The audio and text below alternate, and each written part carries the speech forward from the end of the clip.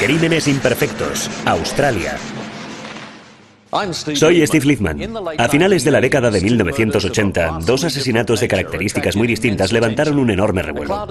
Una nube de sospecha se cierne sobre la comunidad gay de Sydney, cuando el multimillonario propietario de bares y saunas muere en misteriosas circunstancias.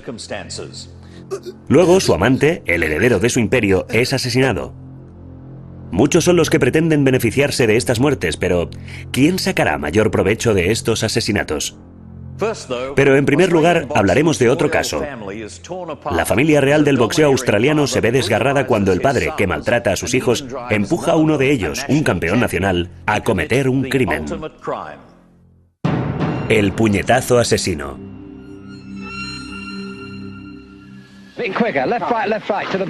Este boxeador de peso gallo es Seg Waters. Sus 3 hijos son campeones del boxeo. Pero ni siquiera en el ring se encontrarán los muchachos con algo tan brutal y despiadado como el propio Seg Waters. Azuza sin cesar a sus hijos. Les domina y reprende con violencia, hasta que ya no tienen voluntad propia, como recuerda el hijo mayor, Dean. Recuerdo sobre todo los gritos, la rabia y la furia. Se le hinchaban las venas del cuello y la cara se le ponía de color violeta de pura rabia. A veces incluso echaba espuma por la boca. La rabia descontrolada de su padre empujará a Dean Waters a cometer un crimen que le perseguirá el resto de su vida.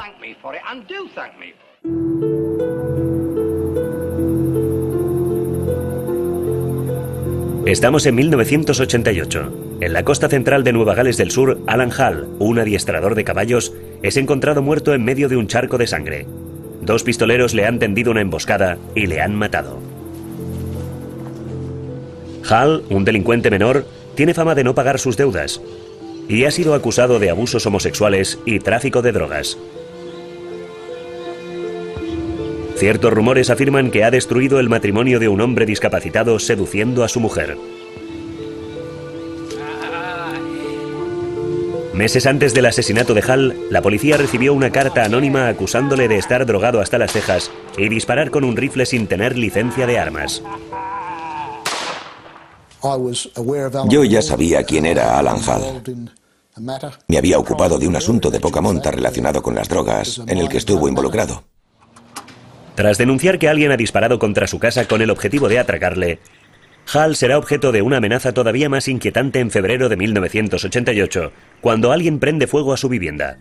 4 meses más tarde, el 29 de junio, Hall y su amante Christine, que es la ex esposa de Seg Waters, se preparan para ver la televisión cuando sus perros empiezan a ladrar con todas sus fuerzas. Hall sale a investigar. No ve nada extraño. Ven aquí, chico. ¿Pero qué te pasa? Hace restallar el látigo para acallar a los perros. Un segundo después, suenan 3 disparos. Cae muerto al instante. A las 4 horas del asesinato de Hall, la finca de Kulnura, propiedad de Seg, es un hervidero de agentes de policía. No ignoran los problemas entre Seg, su mujer Christine, y el amante de esta, el hombre asesinado, Alan Hall. Christine Waters, esposa separada de Seg Waters y madrastra de Dean, se había quejado a la policía del acoso que sufría por parte de Seg Waters y otros miembros de la familia. Seg había animado a Hall y Christine a mantener relaciones sexuales, pero se puso furioso cuando se enamoraron y se fueron a vivir juntos. Waters clama venganza. Quería que se acostaran juntos. Es lo que le gustaba. Quería que practicaran el sexo delante de él. Y después meterse él también, practicar un trío. Pero cuando perdió el control de la situación, cuando ya no pudo manipular a mi madre para que hiciera todo lo que él quería, ni manipular a Alan, entonces se puso desagradable. Creo que fue sobre todo porque mi madre empezó a dar muestras de cariño hacia ese tipo, de una forma romántica que a mi padre no le gustaba para nada. Las relaciones de Alan Hall, Seg y Christine ya eran bastante extrañas de por sí. Seg tenía muchos perros en su finca, pero también bastantes caballos sin domar, y contrató a Alan Hall para que los adiestrara. Así lo hizo. Pero Seg no tenía dinero para pagarle y le ofreció a su mujer a cambio. Es una historia muy rara, pero ocurrió de verdad. Y Christine y Alan se enamoraron, como era de prever. Alan trataba a Christine con mucho más afecto del que Seg le hubiera mostrado jamás. Y al final decidió escaparse con su amante.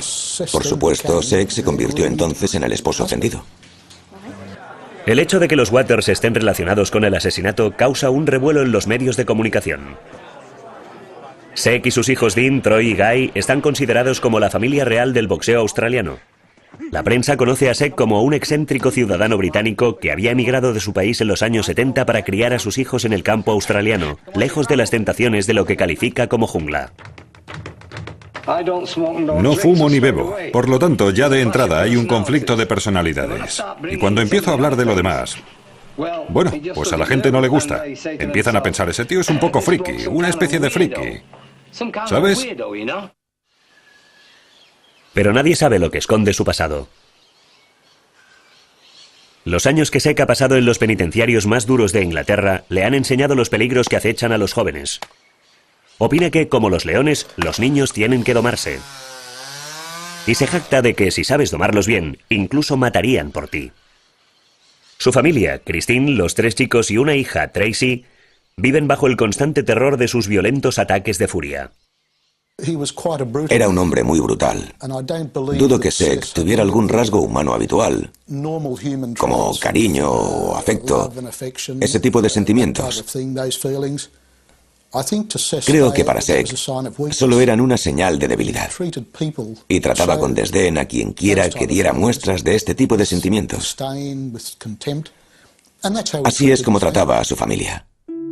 Con un padre alcohólico que pegaba a su mujer, Seg Waters creció en una barriada pobre del norte de Inglaterra. Sus antecedentes eran realmente subidos de tono.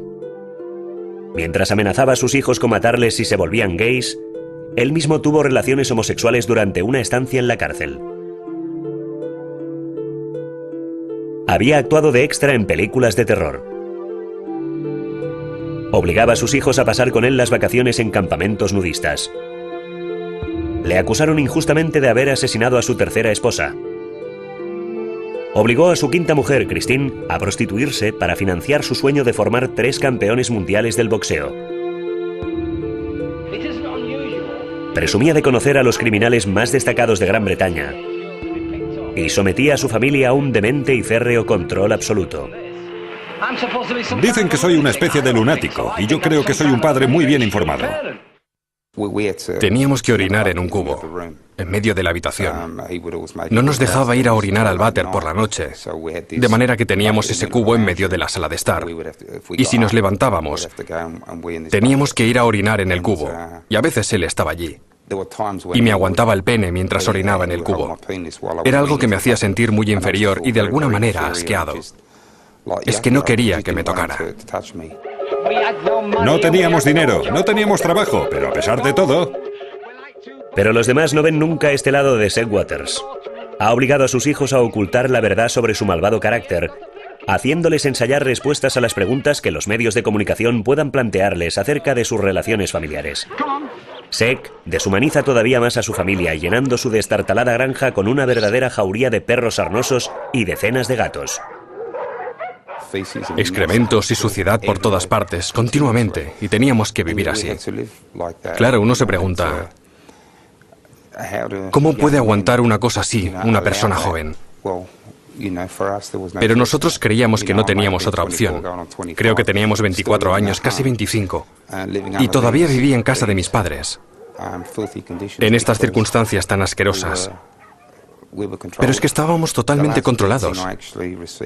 La última paliza que me pegó mi padre fue cuando tenía 25 años. Y ya era el campeón australiano de los pesos pesados profesionales. Y a pesar de todo, me dejaba pegar por un tipo que apenas me llegaba a los hombros. Hasta tal punto había conseguido dominarnos mi padre a mí y a mis hermanos. Yo siempre había sido el favorito de mi padre. Siempre me decía que yo era su chico especial. Me hacía sentir como si me quisiera más que a nadie. Y eso significaba mucho para mí. Mi padre era mi mundo.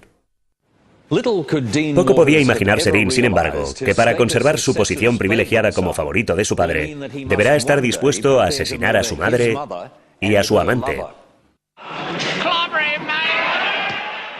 Sin embargo, en el ring su padre se comporta diferente y adula a menudo a Dean Waters y a sus hermanos como posibles campeones mundiales.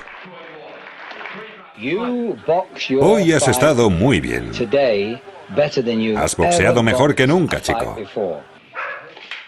Pero en la granja de Kulnura, la llegada de Alan Hall está a punto de destrozar el equilibrio entre el poder total de Seg Waters y su familia pretendidamente perfecta y feliz. Creía que el hecho de que mi madre le hubiera abandonado y se hubiera ido a vivir con otro hombre dañaría nuestra reputación de grandes boxeadores en el país y afectaría nuestra comerciabilidad. Eres débil, nenaza. Eres una nenaza. Por lo tanto, era algo que le preocupaba mucho. Le preocupaban las consecuencias y continuamente, en cuanto me presentaba para entrenar, empezó a bombardearme durante meses y meses, diciéndome que había que hacer algo. Dean se convierte en el recadero de su padre, transmitiendo a Christine sus graves amenazas si no regresa a casa. Dean, sin embargo, no se dará cuenta de la gravedad del plan de Seg hasta que le ordena que excave 2 fosas, una para Christine y otra para Hal, en lo más profundo de la maleza. Yo no hacía más que pensar, Dios mío, no puedo hacerlo. Incluso se lo dije, oye, ¿no hay otra manera de solucionarlo? ¿No podemos hacerlo de otra forma? Pero entonces empezó otra vez a pegarme, a insultarme. Me dijo que era un gallina, un cobarde, un desgraciado. Seg también se propone utilizar el mejor amigo de Dean, el mecánico Damon Cooper, de 25 años, para que le ayude a llevar a cabo su plan criminal. Tras su machacona insistencia, que raya con un lavado de cerebro, Damon Cooper se rinde ante Seg y ayuda a Dean a pegar fuego a la casa de Hal. Nadie escapa a los deseos de Seg. Dean ha sido entrenado desde la cuna para ser el soldado leal, y Damon no tiene la fuerza mental necesaria para oponerse a la orden de matar a los amantes. Así pues, la noche del 29 de junio de 1988, los dos hombres se enmarcan en su misión asesina. Sí, saltamos la valla. Subimos por el camino y nos colocamos al lado de la entrada. Al cabo de un momento, Alan salió a ver por qué ladraban los perros. Volvió a entrar. Y fue entonces cuando Damon se acobardó.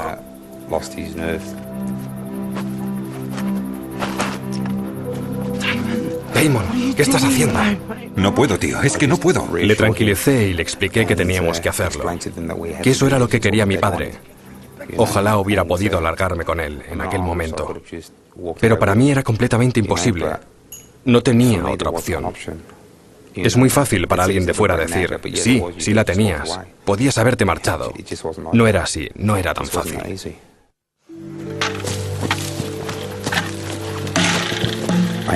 Acabé derribando un cubo, creo. Y los perros empezaron a ladrar. Entonces Alan volvió a salir. Y escuché un sonido parecido a un disparo. Pero después me enteré de que había sido Alan pegando un latigazo para hacer callar a los perros. Fue entonces, mientras estaba allí plantado, cuando recuerdo haber visto su silueta. Y le apunté con el arma. Y sí, cerré los ojos y apreté el gatillo.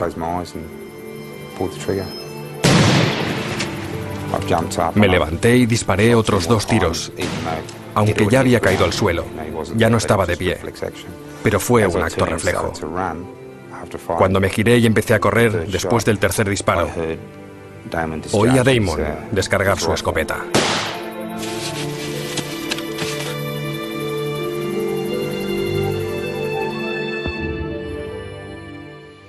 Aunque Seg le había dicho claramente que Christine también debía morir, Dean decidió que le era imposible matar a la mujer a la que había amado como a su propia madre. No me convencí de que era incapaz de hacerlo hasta la misma noche del crimen. Hasta entonces había encontrado la manera de reprimirlo.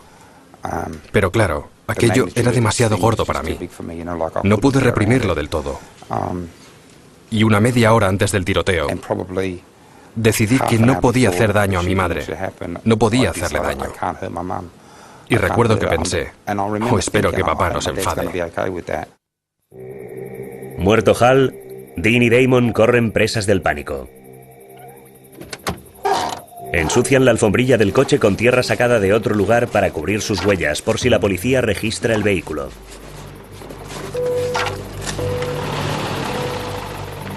Pocas horas después de la emboscada, la policía hace una redada en la granja de Sek y la casa a la que Dean acaba de mudarse. Llegaron a casa. Llamaron a la puerta. Yo todavía estaba despierto, no podía dormir. Estaba acostado en la cama, pero cada vez que cerraba los ojos veía la silueta de Alan. Estaba intentando asumir la gravedad del crimen que acababa de cometer. Dean, ¿dónde has estado esta noche? He estado en casa toda la noche. Cuando la policía entra en su casa, Dean se da cuenta de algo que le hiela la sangre. Al entrar en casa, miré hacia el cuarto de baño. La puerta del cuarto de baño estaba entornada y vi las botas que acababa de quitarme, llenas de barro, y la ropa con los residuos del disparo. Lo vi todo. Y si ya de entrada estaba como paralizado por lo que había hecho, encima ahora los policías estaban en casa. Pensé, iré a la cárcel. Se acabó todo. Me meterán 20 años de cárcel. ¿Qué significa eso? Nada, es un vídeo que quería ver. Algo les distrajo. En la mesita de noche había un trozo de papel y llevaba escrita la frase "Tiempo para matar", que en realidad era el título de una película que me habían recomendado ver. Y mientras estaban distraídos con este papel, preguntándose si tenía algo que ver con el crimen, tuve suficiente tiempo para pasar junto al cuarto de baño, cerrar la puerta, vestirme y bajar hasta el coche patrulla para ir a declarar a la comisaría. No sé cómo calificarlo, si de golpe de suerte o algo parecido, pero estaba seguro ya la primera noche de que todo había terminado para mí, aunque no fue así. Poco antes, habían escondido el arma homicida en la finca propiedad de los padres de Damon Cooper, pero después la habían tirado al río Wyoming.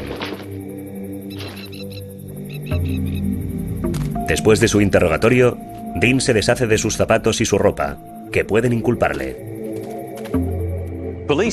Más tarde, la policía descubrirá que, al igual que Dean, Sek está a punto de ser descubierto aquella misma noche, pero su astucia criminal le salva.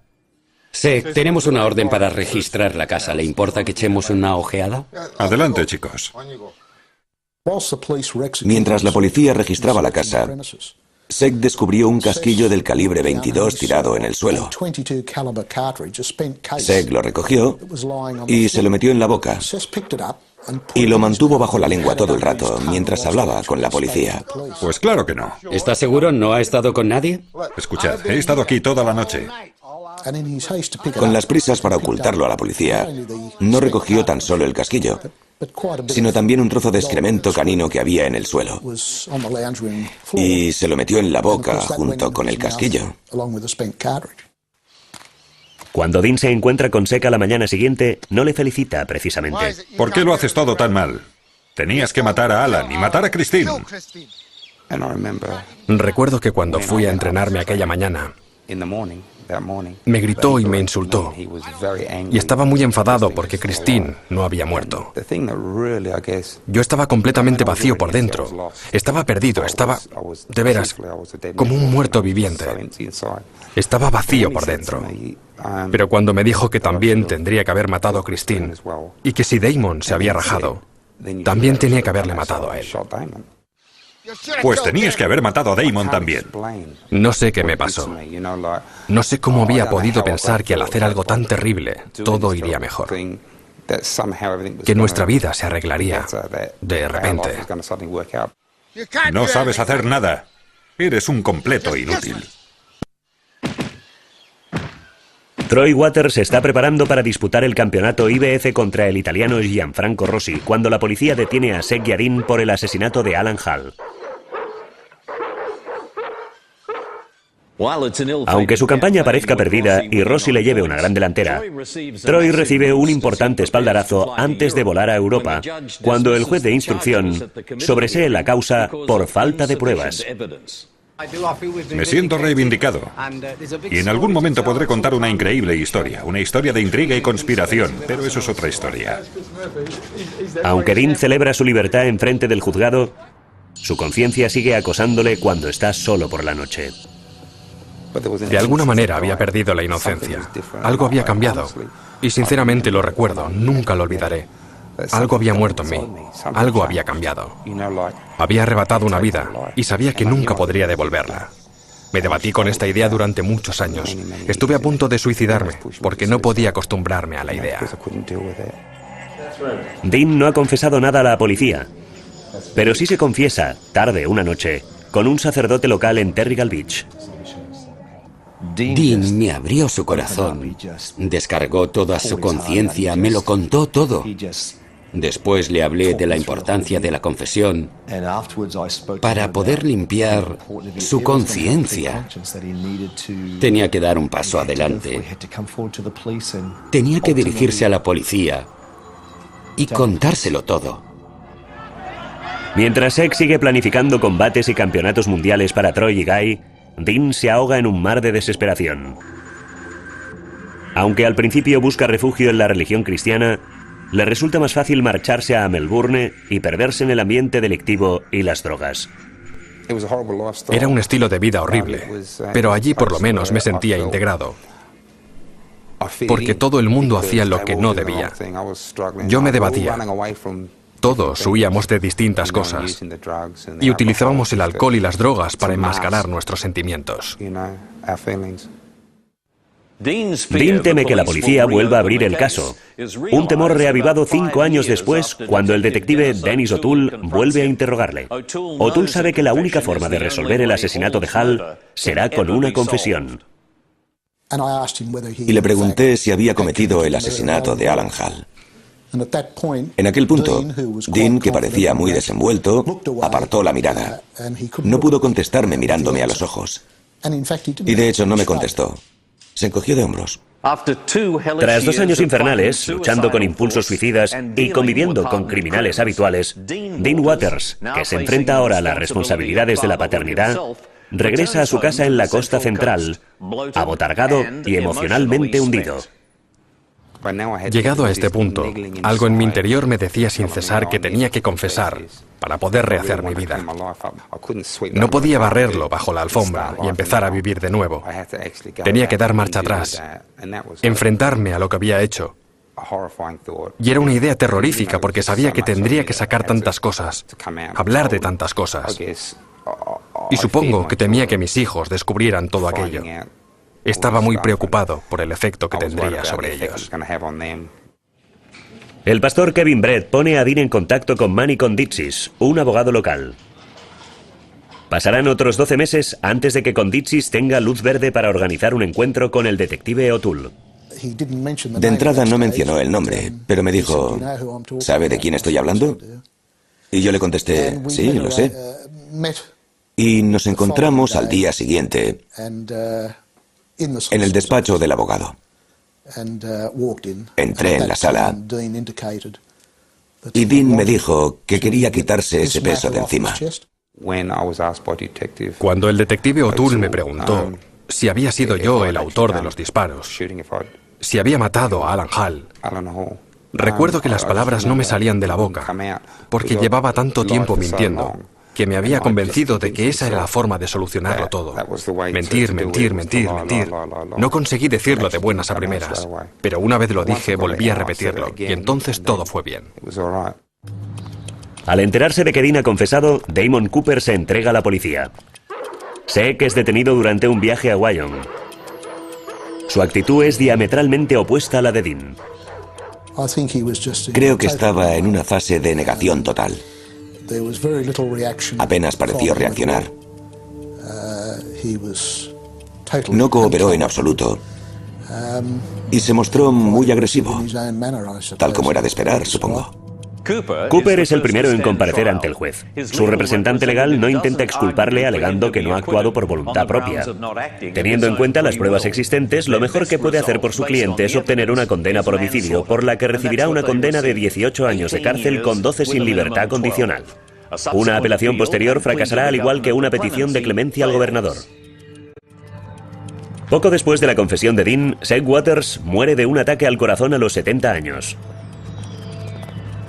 En la causa contra Dean, 3 psicólogos, incluido uno de la fiscalía, declararán que el acusado sufría de una enajenación mental al matar a Hal. Armado con estas declaraciones, Konditsis intenta que su cliente sea solo declarado culpable de homicidio, al no haber actuado por voluntad propia. La fiscalía, en cambio, insiste en acusarle de asesinato.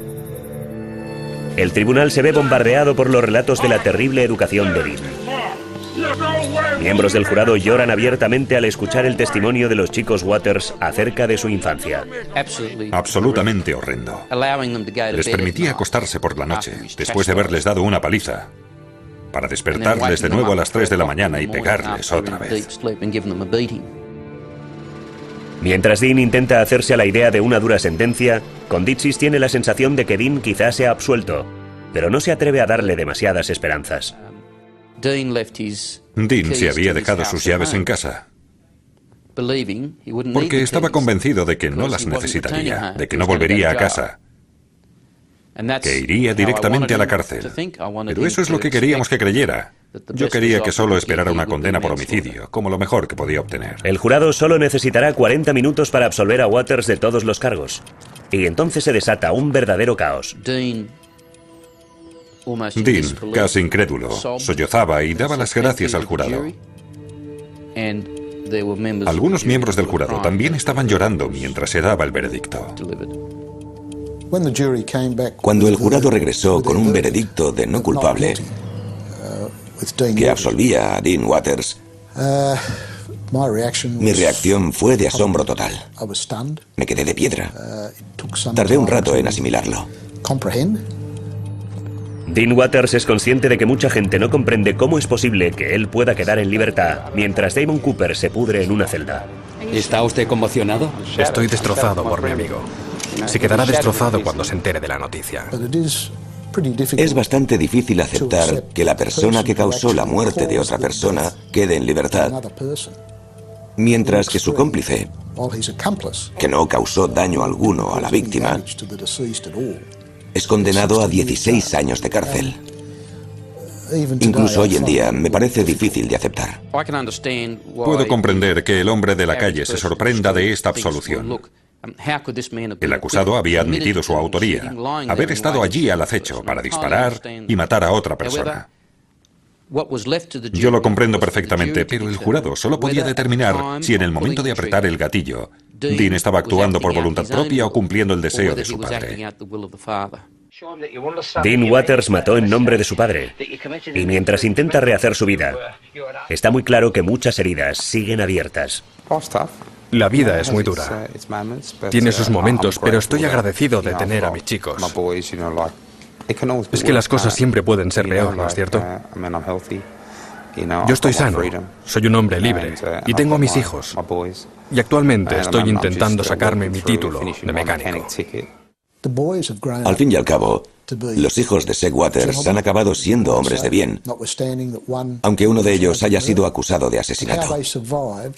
Pero cuesta creer que hayan podido sobrevivir a su infancia y su juventud.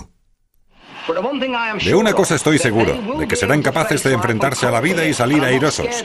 No temo en absoluto que no lo consigan porque les he educado con mano de hierro y sé que cada uno de mis hijos me lo agradecerá tarde o temprano. Estamos en Paddington, un acomodado barrio residencial al este de Sídney. Aquí, en 1990, un hombre de negocios rico y extravagante, que sufre de varias dolencias relacionadas con el SIDA, muere de repente de forma sospechosa. Se llama Roger Claude Teixeira y ha ganado millones con una cadena de bares homosexuales y saunas, gigantescos y lucrativos negocios alrededor de Oxford Street de Sídney, cuando la liberación gay explotó en los años 70. Ha prometido, públicamente y a menudo, que dejará buena parte de su fortuna a toda una serie de amigos y antiguos amantes. Pero después de su muerte, aparece por sorpresa un Nuevo Testamento, en el que deja toda su fortuna a su último amante, Ludwig Gersh. Sin embargo, el propio Ludwig aparece muerto poco después, brutalmente asesinado. Este es el lado oscuro del ambiente gay de Sydney. Una historia real de dinero, ambición, lujuria, venganza y asesinato. La siniestra herencia oculta en el Testamento de la Muerte. El Testamento de la Muerte. Los acontecimientos que culminan con la muerte repentina y misteriosa del millonario gay Roger Claude Teixeira y el brutal asesinato de su último amante, Ludwig Gersh, se remontan al Sydney de principios de los años 50. Es una época de leyes y valores sociales rígidos y conservadores. Una época en la que ser homosexual obliga a vivir en la mentira. El propietario del club gay Rod Stringer recuerda que los homosexuales eran hostigados incluso en fiestas privadas. Muy a menudo llamaban a la puerta y era la policía. Era una redada policial porque creían que se organizaban actos sexuales pervertidos en estas fiestas privadas. Así era a finales de los años 50 y principios de los 60. En este mundo rígido y peligroso aterriza Roger Claude Teixeira, un joven gay francés atractivo y dinámico. Se ha criado en los burdeles de París durante la Segunda Guerra Mundial y sabe lo que es vivir en la miseria y pasar hambre.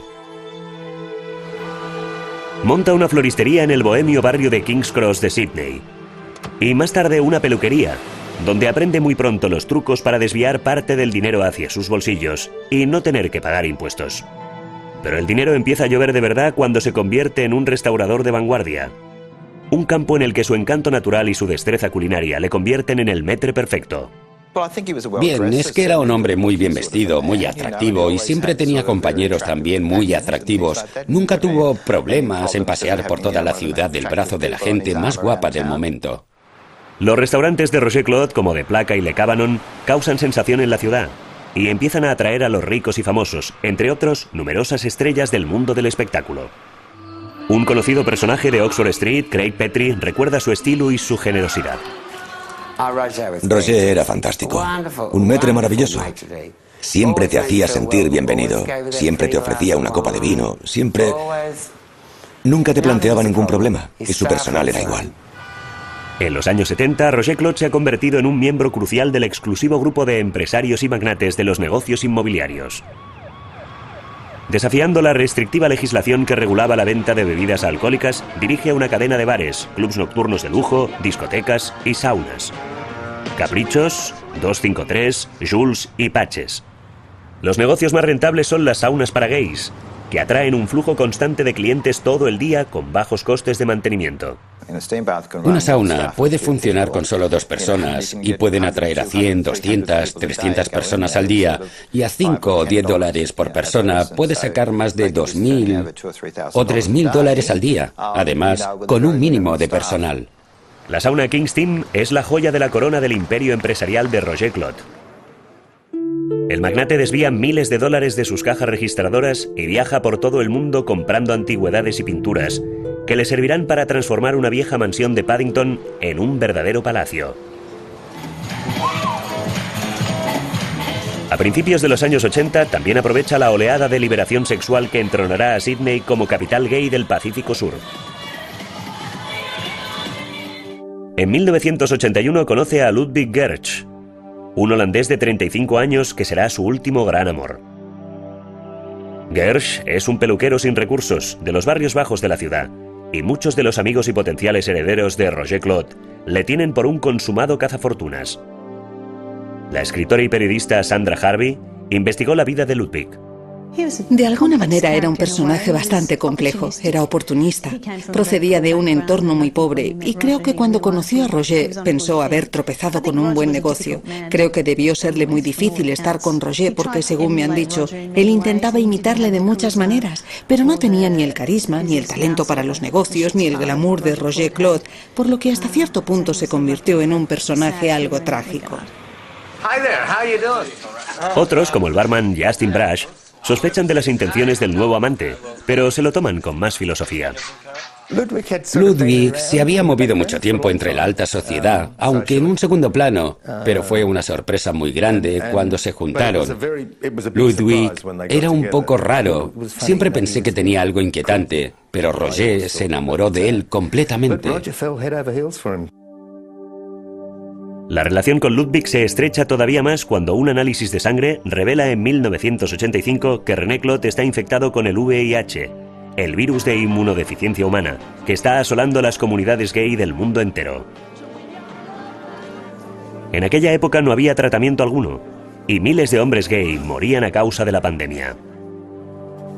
En 1988 empieza a sufrir distintas dolencias asociadas con el virus y decide escribir su testamento, en el que nombra a Ludwig como principal heredero, pero también deja sustanciosas cantidades a sus amigos más íntimos y a sus antiguos amantes. Después de haber escrito este testamento, el abogado que había tenido durante muchos años decide retirarse y Roger Claude recurre a un nuevo abogado para que se ocupe de sus asuntos. Este nuevo abogado es Brian Roberts y tendrá un papel clave en el drama que se está desarrollando. Cariño, nuestros amigos se van. Quieren darte las buenas noches. El estado de salud de Roger Claude empeora y cuenta a sus amigos más íntimos, públicamente y repetidas veces, lo que les deja concretamente en su testamento. En primer lugar de la lista está un apuesto antiguo amante, Eduardo Alderighi, también infectado con el VIH, y que vive en una casa de verano de Roger Claude en las Montañas Azules, al oeste de Sydney. Eduardo heredará la casa y un legado de $200.000. Para evitarles problemas con Hacienda, Roger Claude también elabora un testamento negro. Una lista secreta de las personas que compartirán sus numerosas antigüedades, obras de arte y otros tesoros personales, que suman un valor de varios millones de dólares. Roger Claude entrega esta lista del tesoro del testamento negro a Ludwig. No te preocupes, lo guardaré en un lugar muy seguro. Abre la boca. Durante toda su enfermedad, Ludwig permanece a su lado, controlando cada vez más su vida, ocupándose de todas sus necesidades y administrándole su medicación. En marzo de 1990, Roger Claude pide a su nuevo abogado, Brian Roberts, que redacte un nuevo testamento. Lo que en realidad sucederá después, nadie lo sabe con certeza. Y queda pendiente un interrogante. Este documento vital, que repartía millones de dólares, comportaba también una sentencia de muerte tanto para Roger Claude Teixeira como para Ludwig Gersh. En marzo de 1990, el hombre de negocios y multimillonario gay Roger Claude Teixeira, en los últimos estadios del SIDA, decide redactar un nuevo testamento. Encarga esta tarea a su nuevo abogado, Brian Roberts, que acude con copias de este nuevo documento a su mansión de Paddington. Varios vecinos actuarán de testigos ante la firma del documento. Los vecinos afirmarán después que no han visto el testamento entero, solo la página de las firmas, al final. Una de las vecinas dice que recuerda haber dicho bromeando: ¿qué estoy firmando aquí? ¿Mi sentencia de muerte? Pero Roger Claude les explica que es su nuevo testamento y que ellos solo están atestiguando su firma, no su contenido ni otros detalles. Una de las personas que más tarde investigará el testamento, el abogado de Sydney Victor Visanis, confirma los acontecimientos. Les dijeron que solo tenían que atestiguar un testamento. Teixeira hizo una gran floritura, firmó, y entonces se acercó Roberts y les pidió que firmaran. Pero les dijo que el documento contenía detalles personales que no quería revelar, por lo que lo cubrió con una hoja de papel. El testamento en sí no era falso, pero había sido manipulado, puesto que posteriormente las investigaciones de la policía científica revelaron que la parte central, donde se nombraba a todos los beneficiarios, etc., no estaba alineada con los demás parágrafos, lo cual indicaba que había sido insertada más tarde. Al parecer, Brian Roberts entregó una copia del Nuevo Testamento a Roger Claude y se quedó con el original. A pesar de todo, Ludwig sigue controlándolo todo. Contesta las llamadas telefónicas y enoja a los amigos de Roger Claude cuando les impide visitarle, diciendo que su amante está durmiendo o demasiado enfermo para recibir visitas. Un amigo íntimo de Ludwig, que no quiere ser identificado, dice que Ludwig actuaba como guardián por expreso deseo de Roger Claude. Ludwig filtraba todas las llamadas y mucha gente le señaló después con el dedo, acusándole de haber apartado a mucha gente de Roger hacia el final de su vida. Pero eso no es cierto. Era lo que quería Roger. Se lo había pedido a Ludwig y yo lo sé porque estaba presente cuando lo hizo. Cuando varios amigos consiguen a pesar de todo visitarle, Roger Claude les cuenta qué legado piensa dejarles y también intenta mostrarles la lista del tesoro del Testamento Negro. Pero cada vez, Ludwig afirma que no lo encuentra. La existencia y el contenido del Testamento Negro son cada vez más conocidos, y Ludwig está claramente nervioso y triste. En la cena del domingo de Pascua, los invitados se dan cuenta de que la relación entre los amantes es muy tensa. Roger Claude, que se cansa cada vez más fácilmente, se retira temprano. Al terminar de cenar, sus amigos se dirigen a su dormitorio para darle las buenas noches. Como siempre, la cama y el dormitorio a su alrededor están patas arriba, pero Roger Claude, insisten estos testigos, está muy animado y de buen humor. A las 8 en punto de la mañana siguiente, el lunes de Pascua de 1990, Ludwig llama por teléfono a su íntima amiga Denise Cousins y le dice que Roger Claude ha muerto. Al conocerse la noticia, amigos y antiguos amantes se declaran incrédulos y conmocionados, y muchos sospechan inmediatamente que se trata de un crimen. Denise Cousins y su marido Charles son los primeros en llegar a la casa después de la ambulancia y observan algo muy extraño.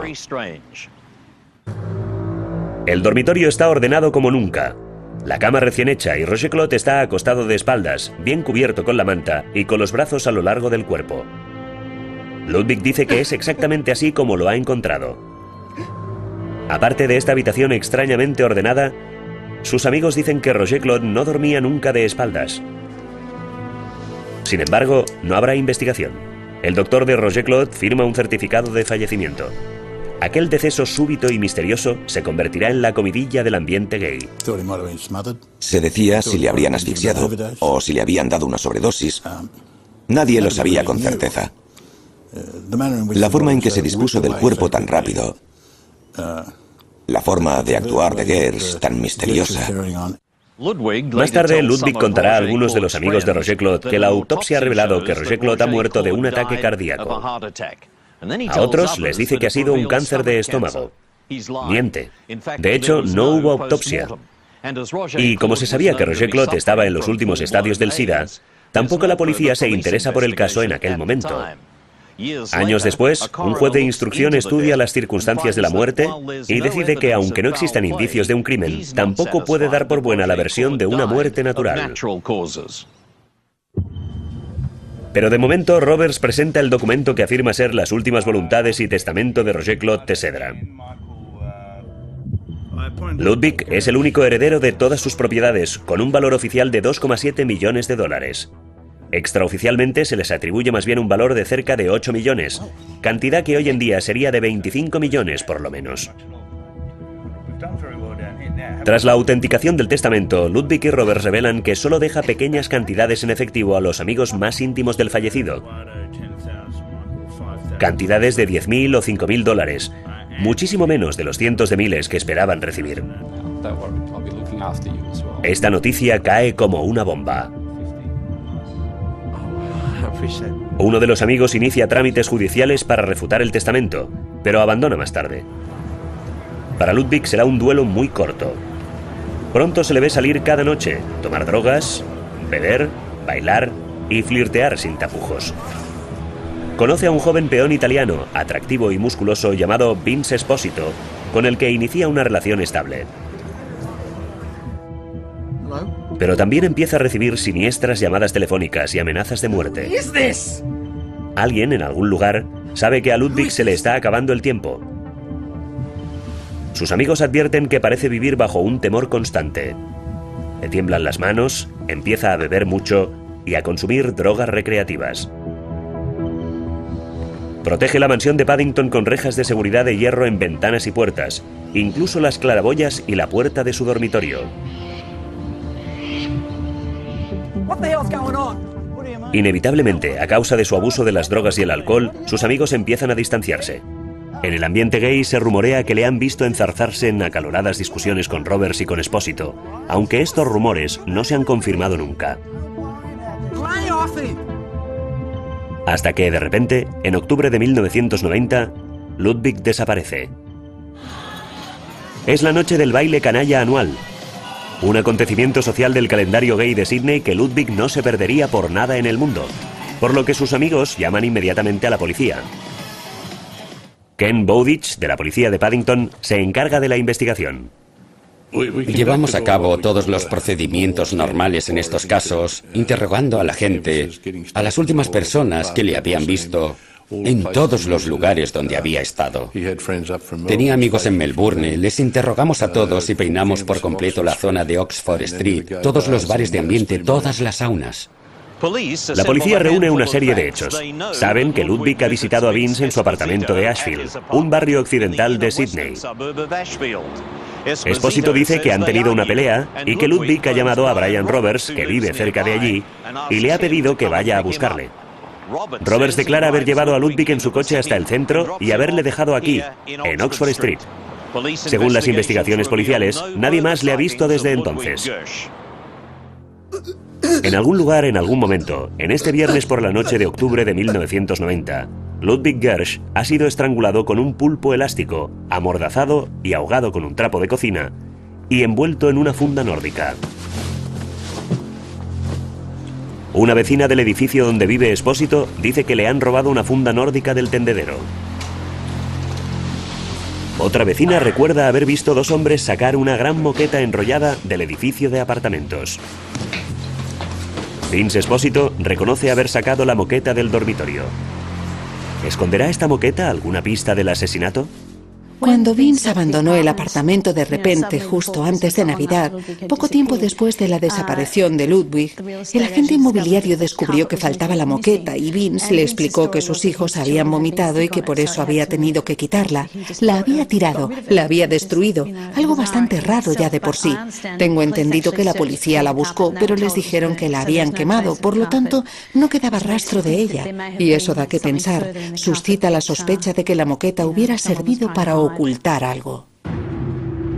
En noviembre de 1990, 3 semanas después de la desaparición de Ludwig, un excursionista encuentra su cuerpo en descomposición, envuelto en una funda nórdica, en las montañas azules al oeste de Sydney. El detective Ken Bowditch avisa a la brigada de homicidios, pero la autopsia no revela pista alguna sobre el autor del brutal asesinato. Según el forense, le habían estrangulado. No presentaba otras heridas aparte de eso. Solo se le encontró una alianza en el dedo, la funda nórdica en la que estaba envuelto y, por supuesto, la mordaza.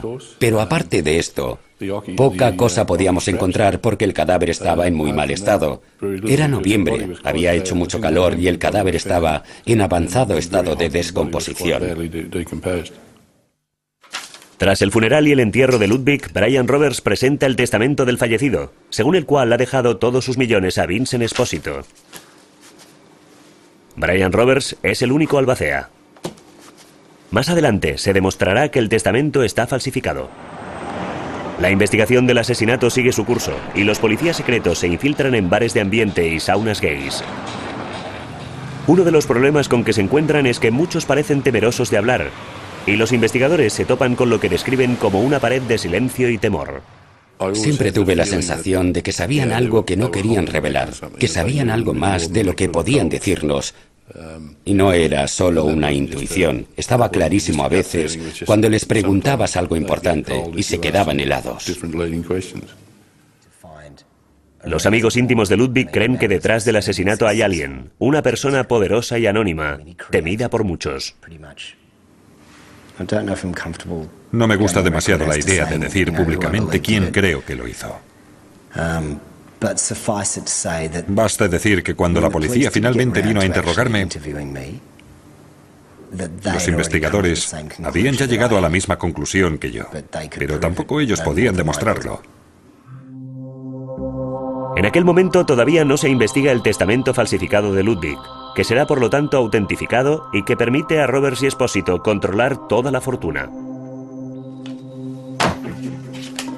Durante los 2 años siguientes se sacan grandes cantidades de dinero de las cuentas bancarias de Ludwig y se venden todas las antigüedades y obras de arte de la mansión de Paddington. También la casa se vende, junto con otras propiedades, los últimos vestigios del multimillonario imperio inmobiliario de Roger Claude. Finalmente, cuando los investigadores de homicidio se encuentran en un callejón sin salida, entran en acción los especialistas de la Brigada de Fraudes para estudiar de cerca el testamento de Ludwig. Más de 2 años después del brutal asesinato, cuando ya se han evaporado millones de dólares, el abogado Brian Barrington Roberts es detenido por haber falsificado el testamento de Ludwig. Se le acusa de un total de 10 delitos, que incluyen el redactado de un testamento falso y su presentación, la falsificación de un documento legal y su utilización. Queda inhabilitado profesionalmente y expulsado del Colegio de Abogados. Se le declara culpable de todos los cargos y se le condena a 4 años de cárcel. Es simplemente una cuestión de dinero. Es algo que se repite una y otra vez, pero este es uno de los peores casos que he visto. Hay quien haría cualquier cosa, robar, mentir. Y se trataba de tanto dinero. Tanto la repentina y sospechosa muerte del millonario gay Roger Claude como el brutal asesinato posterior de su último amante Ludwig Gersh siguen siendo un misterio. En 1994, el sumario de un juez de instrucción establece que, según todas las probabilidades, Ludwig Gersh fue asesinado en el dormitorio principal del apartamento de Vince Esposito en Asheville, después de las 7 de la tarde del viernes 19 de octubre de 1990. Pero no menciona al autor del asesinato, solo que probablemente fue estrangulado y asfixiado por una persona o personas desconocidas. ¿Podía haber sido un asesinato por encargo? En abril del 2004, casi 14 años más tarde, la Brigada de Homicidios de Nueva Gales del Sur vuelve a abrir el caso del asesinato de Ludwig Gersh y se ofrecen $100.000 por cualquier información que ayude a resolver el caso. Un equipo operativo especial vuelve a estudiar las pocas pruebas disponibles. Utilizan las tecnologías forenses más punteras para detectar y examinar cualquier rastro de sangre o ADN en el apartamento de Asheville. Uno de los hombres que los vecinos vieron sacar la moqueta llevaba un pendiente con un rubí y un reloj de oro con una correa negra. Los detectives dicen que ese hombre podría proporcionar información crucial sobre el asesinato. La policía subraya que el hombre del pendiente de rubí no es un sospechoso, pero puede tener información sobre los movimientos de ciertas personas en el momento en cuestión. Si alguien recuerda haber visto a ese hombre con el pendiente de rubí y el reloj de oro en 1990, debe llamar al teléfono de la policía, 1-800-333-000. Puede así contribuir a la resolución del asesinato de Ludwig Gersh y quizá revelar también el misterio del testamento de la muerte de Roger Claude Teixeira.